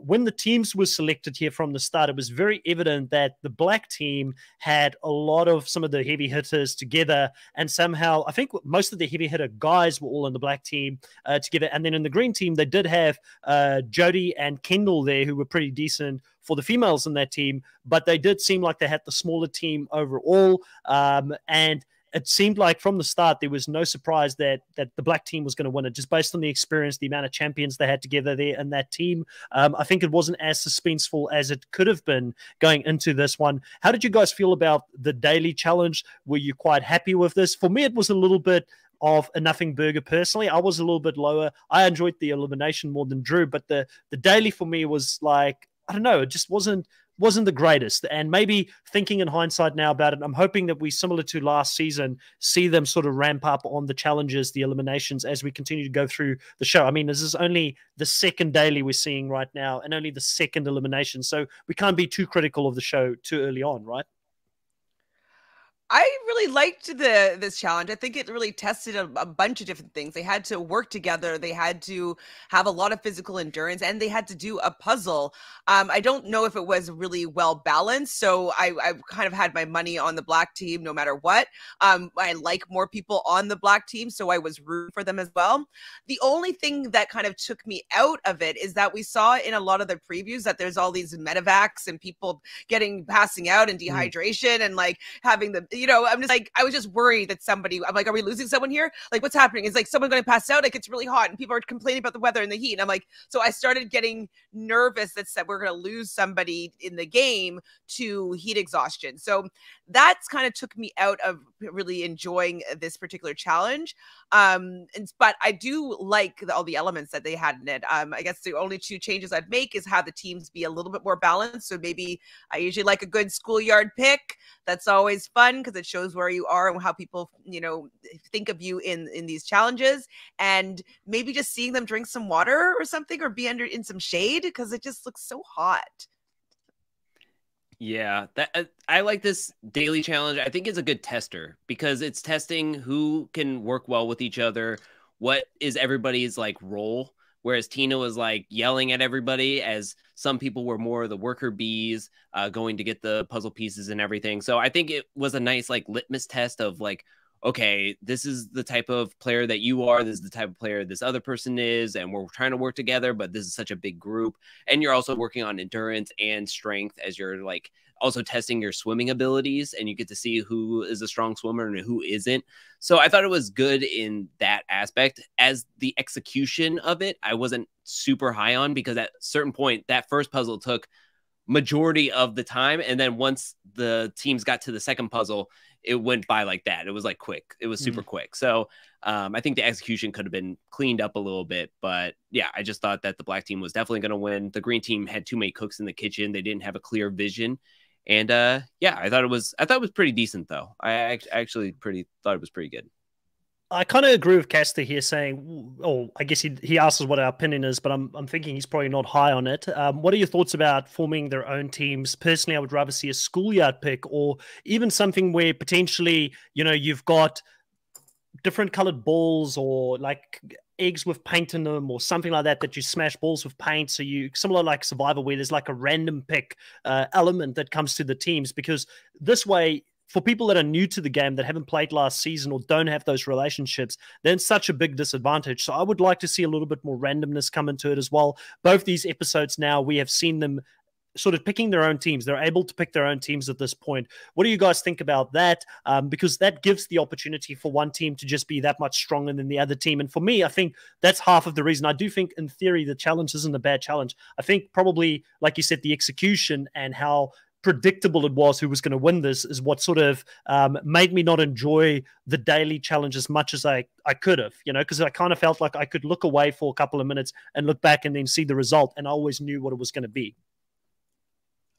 Yeah, like I'd said, like I do enjoy the schoolyard pick. I like it's showing like where alliance lies, who that people want to work with, where you stand in, with your other cast members.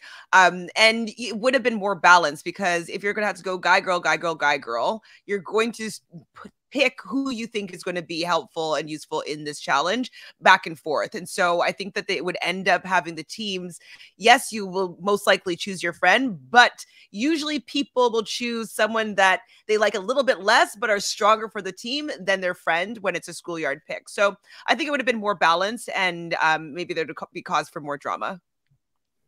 Yeah, I think it was best done in Free Agents, where you just have TJ have the two bags of names, one man and one woman's, and then he just picks them, and then they just go circling around. And I always liked that idea of it, and I thought it was always done well in Free Agents. So, I mean, it's just as easy, but I think they're trying it out this season, that they're just like, pick it up.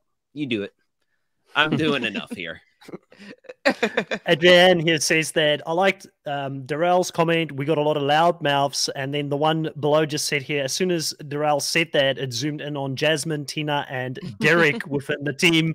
And also love Jasmine's confessional saying, was I like Tina back then? And yeah, I mean, she was pretty loud as well back in the day. And there was a lot of great confessionals here by Jasmine and a few others this episode. Tina, obviously a big vocal point in this episode as well, after she had a little bit of a cool down in episode 2. Drew, we're going to come over to you now to talk to us through what does the points look like, I guess, at this point when we're looking at the confessionals and everything that's going on, and who are those people in the teams currently that are standing out at the moment? So we had major points this episode because I decided to give 5 points to everybody who was on the black team. Yes, Darrell and Tina were in the power stance and power couple of this episode, but it was a team effort. So over half the people on this cast got 5 points. And so we had a shakeup in the standings. We have a new number 1, and that is Chantel Because I in the got two triple people. digits. Ooh. In the triple digits with 104 points. And can I just Well say, done. your top two scores are Jody, who doubled her confessionals this episode. She had like 8 confessionals, absolutely destroyed it. And Tina, of course, with the win and all the confessionals that she was having. Chris, you're in second place by 6 points, behind her by 6 points with 98 points. Derek is your number one guy, of course, 22. Getting that challenge, 2 challenge wins now and 12 confessionals. And Kahuta for getting that win, that elimination win and a ton of confessionals because he was nominated. And then it's me coming in at a very low 89.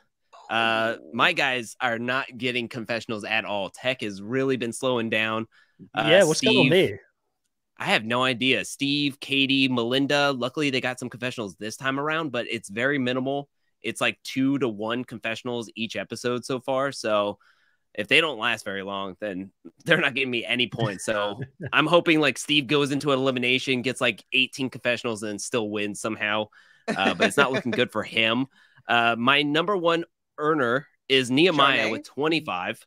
I can see that. He has the most points out of everybody right now because he's getting into fights, he's winning dailies, and getting a ton of confessionals. Yeah, he's getting everything. And then Ayana, because she was so heavily involved last episode and this episode, but she only has 17 points. So she's a full 8 points behind. And that's my second highest. My next one is John A with 10 confessionals. That's all. So I need to make up some ground here, but I do have all 8 of my players still left. You know, Melinda is going to be called in very soon. Like she's going to be out of there. And I mean, I feel like Steve could very easily come back, but it seems like he's a person that a lot of people seem to want to throw in. So depending on obviously who is in the power position, I could see Steve going down there very soon. Big goose egg, I will say, from Janelle, which I'm very surprised about. I thought she was going to definitely have a lot more confessionals. She hasn't gotten a confessional this episode or last episode, but she did get a win on the team this episode. So she got 5 points. And then Kendall still didn't get a confessional this episode either. So there's a lot of players. There's 3 players that didn't get them, and that was Kendall, Janelle, and Latyrian. All 3 didn't get confessionals this episode at all, which shocking. Yes, a lot of purple edits here from a few players. I mean, one player I do think at some point when he starts talking or gets his episode or 2, it's going to be Tech. He's probably going to double when he your money goes home. When he goes home, that episode will suddenly everything will be Tech. And they'll just give us as much as they can because Tech is confessional gold. But I think that's what happens when you've got an all-star season, the way that we've got here this season with so many great people that can talk in confessionals, so many big characters. I would be more worried about the fact that we're seeing a lot of someone like Jasmine early on this season. They're getting their money's worth right now. They're giving her confessionals. She's talking because I don't think she's going to be there long term. And I always knew that when I selected her. I thought, let me get the confessional points for when I can. But I am a little bit worried about her and her ability to go deep into this game. You've got a couple of players there, I think, Drew, that, with the sheer numbers advantage, your chances are going to look better the longer the season goes on. If you can continue to keep the numbers advantage here, I'm hoping that we'll have a bit more of a competitive season compared to season 37, where you kind of blew us out of the water for most of it. But you have to notice, though, the people that we've lost have been our last 2 picks, right? So that's true. It would look like potentially even next week that it could be his last 2 picks to even up the board. I could see it happening very easily. I was about to say, if we keep on with this pattern, Steve and Melinda are in the hot seats. Right? And, I mean, Steve is. I mean, the preview for next episode, Katie is even yelling at Mad Steve. at him. Mm-hmm. And Steve's name has come up twice in 2 episodes, or the 2 times that nominations have come up. So it seems like he's living off of borrowed time. That's why I'm hoping that if he's in deep water, that he gets a ton of confessionals. Come on, Steve, give me some confessionals before you go. Though, if I think about the preview, I felt it was that Katie was saying, I thought you would protect me. So maybe he does win, but allows her to be somebody that's in the pool for nominating, maybe. So that's a good. I didn't put that together, but yeah, it could be. for sure. Definitely. But it also could be really misleading because they like to do that too. So, oh, yeah, of course. Guys, I think that's all the main talking points. I do have Castor here saying in the chat, what do we think about the dissolvable shorts? We did talk about that earlier in the recap. I think we all loved it. And that is what Tina brings to the show, is some pure entertainment at this point. Is there anything else, Chantel or Drew, that you wanted to touch on that we didn't talk about here for episode 3 of All Stars 2? I mean, I'll always have to say, like, throwing in some All Saints, never, ever, never, ever, ever. I'm just like living for the music. It's just all the music, even in the elimination, they were just bringing me back to like high school days. Venga Boys is coming. Like, it was just fun. Loved it. And that's something else that I really like about All Stars. I'll probably say it every single week, is that they create a mood that I'm vibing with. I like the mood, the vibe. People can't really do any wrong. Like, even though Ayana was stepping out of turn, I think this episode, it was still good enough entertainment that I was like, okay, I'm here for it though. Like, with all the pieces of the puzzle, it works for me. I can get behind this because it was entertaining for this episode. So I'm loving the season. It could be because it's polar opposite to the main season. But yeah, the music really, they're doing a very good job with just kind of sculpting how I want to feel about each episode, and it's working really well for me so far.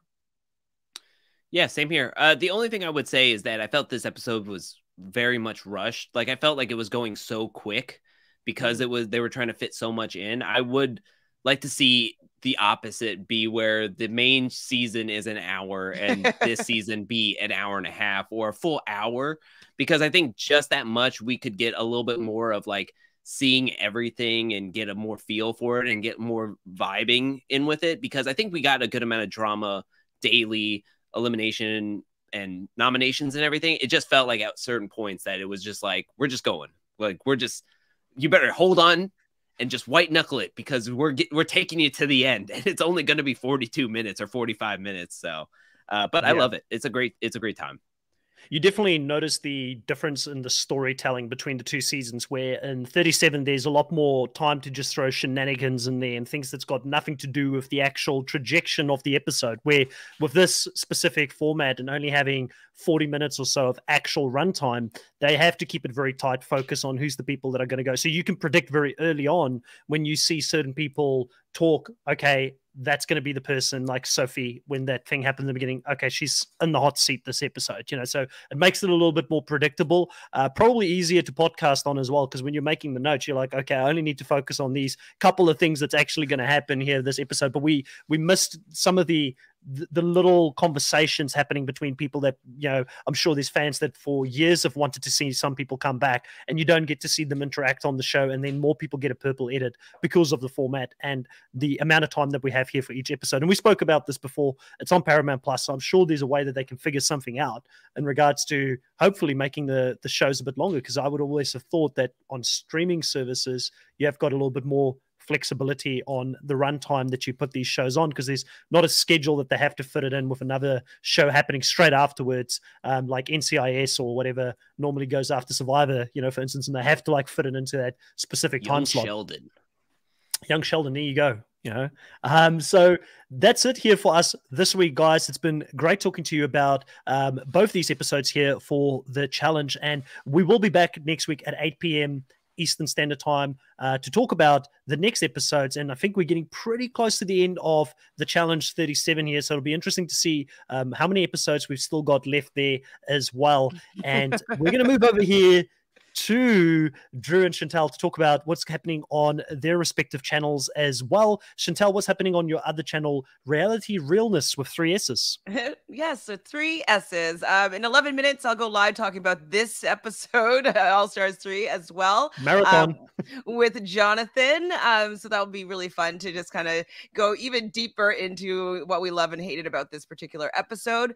And then we were invited to go and infiltrate Drew's channel. So tomorrow I will be going live with you 2 hunks over there, where we're going to talk about, are we talking about everything? Everything's the challenge? I think it's like free for all, right? Yeah. Yeah, it's a free-for-all. I just want to talk about reality TV, kind of go with the flow with the chat, like let the chat dominate. I'm sure we can filibuster on whatever we can and will. So I'm cool with just having a free flow and having a nice hangout sesh. Yeah, and I'm totally excited by that. And then back on my channel, well, actually on Nerdtainment on Mondays, talking about doing our rankings for this latest episode of Survivor. Definitely was probably the best episode this season. So we'll be doing a ranking of the players, and then on Wednesdays, we're pretty my Full House day, where I'll be doing the Bachelorette and doing Survivor, or doing the Bachelorette and the challenge after the episode. And then Thursday's Survivor, but So we'll really big news here this week for Survivor South Africa lovers. We've got season 9 confirmed as the first All-Star seasons for Survivor South Africa. And I know that Chantal, I think you just got into Survivor South Africa. So the question is for both of us, what do we think about Survivor South Africa coming back for season 9? And also for those who don't know and have never watched any Survivor South Africa, now is the time to do it, because Survivor South Africa season 8, which in my opinion is the best Survivor South Africa season to date, and there will be a lot of these players come back for season 9. I'm pretty sure 5 or 6 of them we're seeing back in All Stars. That has just dropped on Paramount Plus over in the US as well. Survivor South Africa season 8. So if you want to see a bit more Survivor, go check that out. The accents is a little bit different, but it is a lot of fun to watch. Yeah, I mean, I think I was covering season 8 with Sarah from Nerdtainment, so I believe we're going to be doing season 9 together. The theme is Outcast, if I'm not mistaken. So I do plan on maybe figuring a way to go back and watch seasons 1 to 6, which I haven't seen. I might have seen season 2. Like, I feel like I've seen another South Africa season. I just can't remember which one. So yeah, I do plan on maybe doing a rewatch if I can get it in there quickly, just to catch up, just so I know who all the characters, all the outcasts are that they're going to bring back. But hopefully I will know a couple of them just watching recently, say 7 and 8. I'm sure that they will draw from a lot of people that didn't win those 2 seasons. But yeah, I'm definitely looking forward to it. And I feel like it's going to be just a little bit more of the Survivor that I want. I'm loving Survivor US right now, but it's a little bit too twisty in a way that is not honoring the game of Survivor that I enjoy. And so I'll be happy to go and hang out in Survivor South Africa, just because I know they're going to be good game players and good characters. Oh, massive. One of those big game players is Palesa, who Caster wants to see back. She played in season 6 of Survivor South Africa, and I think Palesa and Sipe both in the same season could be absolute dynamite to see happen. So I'm really excited for that. And I know, Drew, this is all things that you don't have much of a reference to because you haven't watched Survivor South Africa yet, but we'll get you into season 8 now that it's on Paramount Plus. I think you need to at some point give it a little bit of a watch, and we're more than happy to talk to you about it. Very much enjoy it, Drew. It is good gameplay. I was getting ready for you to throw it to me, and I'd just be like, yeah, season 9, awesome. I'm so glad it's greenlit. Let's do this thing. Such great players. Let's get this going. I saw it on Paramount Plus because I'm always on that, getting clips and watching Challenge. So I'll definitely check it out when I got time. And yeah, I've heard you guys talk about how great it is. So I definitely gotta check it out. Yeah, definitely. I look forward to talking to you about that at some stage as well. And there's enough people now that, with Chantal doing it with Nerdtainment, us doing it here on Reality Pop as Survivor Worldwide, where you can even drop in as a guest and come and talk about the show if you get into it. So, nudge, nudge, wink, wink. If you need someone to talk about and you want to, get some strategy talk off your chest, you're more than welcome on our channels to have those chats. Now, Drew, we're going to go over to you. What's happening on your channel? Obviously, myself and Chantal jumping on there to do that live stream with you tomorrow night, which we're both very excited about. What else is coming up as well there on your channel? The live stream tomorrow at 8 p.m. Really not a lot going on besides the review and recaps and Tiny Table Talk that I've been doing for the whole season, really seeing through the challenge and everything. We're got a lot of shows coming out, like X on the Beach, that I'm thinking about covering because it's got some challenge players coming back to it. And I always had fun watching those shows. But there's a lot going on. I'm looking to expand the portfolio, especially during the off season. And of course, I got that Kara video that I've been desperately working on. I've just been chugging along here. There's a lot of holiday seasons going on, but I'm going to definitely get it out in December, which I'm very much looking forward to it. Kind of like getting it off the chest, getting it off the back. And I'm thinking it's going to be like a long one. It's going to be like way more than DM's video and Leroy's video. I think it's just going to be so long, but it's going to be worth it. And it's going to be fun to put together, but it's just going to be a lot. But I got a few videos coming out there, and I just don't have a real set timetable. but definitely the review and recaps and Tiny Table Talks. Yeah. And then obviously you'll be back here with us on 8 p.m. Eastern Standard Time next week to talk about the next episodes of the Challenge 37 and the Challenge All-Stars. And also on Reality Pop, we do still have 2 Survivor shows that are also coming out each week with the Survivor buffs, Adam and Gideon, and then also Coach Drew with hot takes for Survivor each week as well. So keep an eye out for those as well. I'm not too sure who the guest was. I think Coach Drew actually was the guest on the Survivor buffs this week, but I know that they are bringing in guests now that the merge has happened, and Survivor 41 has just had the biggest bombshell episode as well. So go and have a listen to the opinions of those people that are, recapping it each week. And as we've mentioned, towards the end of the season, us 3 will get together to have a very unqualified opinions about Survivor 41 as well at the end, but it should make for a fun recap of the whole season so far. It's been a fun season to watch. That's it from us here this week, guys. Caster, thanks for dropping in for the first time here live, and thanks for also following Drew and Chantel on their channels. And everybody else that was in the live here today, great crowd, great questions as always. We really appreciate you, and we'll see you next week.